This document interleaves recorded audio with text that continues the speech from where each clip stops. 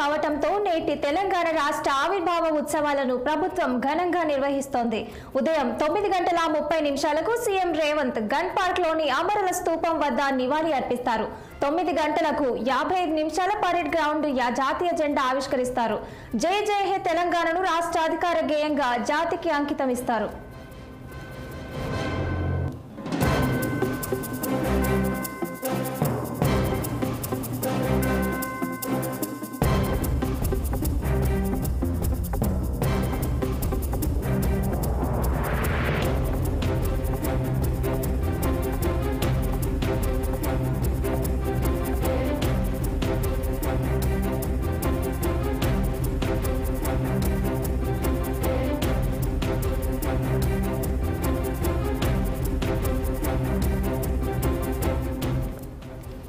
తెలంగాణ ఏర్పడి 10 ఏళ్లు కావటంతో నేటి తెలంగాణ రాష్ట్ర ఆవిర్భావ ఉత్సవాలను ప్రభుత్వం ఘనంగా నిర్వహిస్తోంది.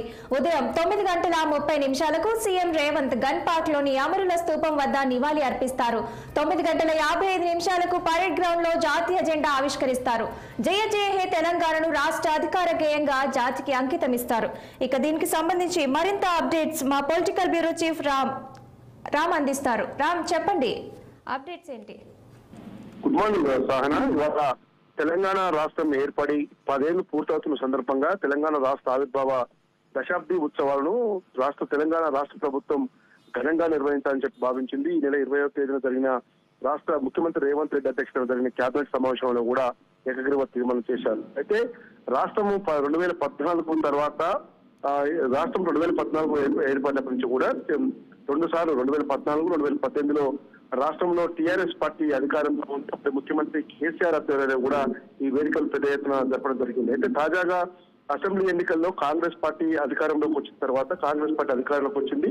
ముఖ్యమంత్రిగా రేవంత్ రెడ్డి బాధ్యతలు చేపట్టాక తొలిసారి జూన్ 2 రాష్ట్ర ఆవిర్భావ వేడుకలు వచ్చాయి. కాబట్టి ఈ వేడుకల్ని రాష్ట్ర వ్యాప్తంగా కూడా మండల స్థాయిలో, గ్రామ స్థాయిలో కూడా తీసుకెళ్లాలి. పెద్ద ఎత్తున ప్రభుత్వం తరఫున, పార్టీ తరఫున కూడా పెద్ద ఎత్తున వేడుకలు జరపాలని చెప్పి భావించారు. ఆ విధంగా కూడా ఏర్పాటు జరుపుతా ఉన్నాయి. ఈ సికింద్రాబాద్ పెరేడ్ గ్రౌండ్ లో ముఖ్యంగా ఈ వేడుకలను ఘనంగా నిర్వహించేందుకు పోలీస్ శాఖతో పాటు ఇతర రెవెన్యూ, హెచ్ఎండిఏ అన్ని శాఖల విభాగాలతో కూడా సమన్వయం చేసుకుంటూ ఏర్పాట్లను పెద్ద ఎత్తున ఏర్పాటు చేశారు మన ప్రభుత్వ ప్రధాన కార్యదర్శి శాంతికుమారి.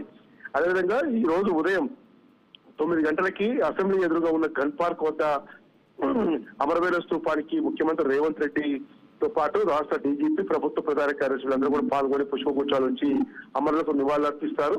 ఆ తర్వాత సికింద్రాబాద్ పెరేడ్ గ్రౌండ్ కి 10 గంటలకు చేరుకొని 10 గంటలకి పెరేడ్ గ్రౌండ్ లో గౌరవవందనం స్వీకరించిన అనంతరం జాతీయ జెండాను ఎగురవేసి గౌరవవందనం స్వీకరిస్తారు. దాంతో పాటు ఏదైతే జయ జయ హే తెలంగాణ జననీ జయ కేంద్రం ఆ తెలంగాణ గీతం ఏదైతే ఉందో దాన్ని 13 నిమిషాల విడిది ఒకటి, 2 నిమిషాల 30 సెకండ్ల విడిది ఒకటి ఈ మధ్యన ప్రభుత్వం దగ్గరుండి రూపకల్పన చేపించింది అందశ్రీప్ అనే పాటను. కాబట్టి దాన్ని కూడా ఆ గీతాన్ని ఆవిష్కరించి ఆయన జాతికి అంకితం చేస్తారు. దాని రాష్ట్ర ప్రభుత్వ గీతంగా కూడా అధికారికంగా ప్రకటిస్తారు.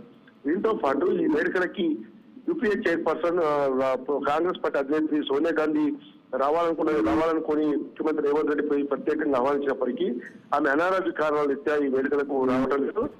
దాంతో పాటు మాజీ ముఖ్యమంత్రి, తెలంగాణ ఉద్యమ నాయకుడిగా చెప్పుకుంటే బీఆర్ఎస్ పార్టీ అధినేత కేసీఆర్ కూడా ఈ వేడుకలకు రావాలని చెప్పి ముఖ్యమంత్రి రేవంత్ రెడ్డి స్వయాన లేఖ రాసి తన దూతలను పంపినప్పటికీ కూడా నిన్న కేసీఆర్ ప్రభుత్వంపై మొత్తం విమర్శలు చేస్తూ పెద్ద 22 పేజీల లేఖను కూడా రాయడం జరిగింది. వేడుకలకు రావటం లేదని చెప్పి జరిగిన ఈ పరిణామాలన్నిటి మధ్య కూడా తెలంగాణ ప్రభుత్వం ఈ రోజు ఈ వేడుకల్ని ఘనంగా నిర్వహించేందుకు రాష్ట్ర ముఖ్యమంత్రి రేవంత్ రెడ్డి సిద్ధమయ్యారు. Sahana. Okay, thank you Ram.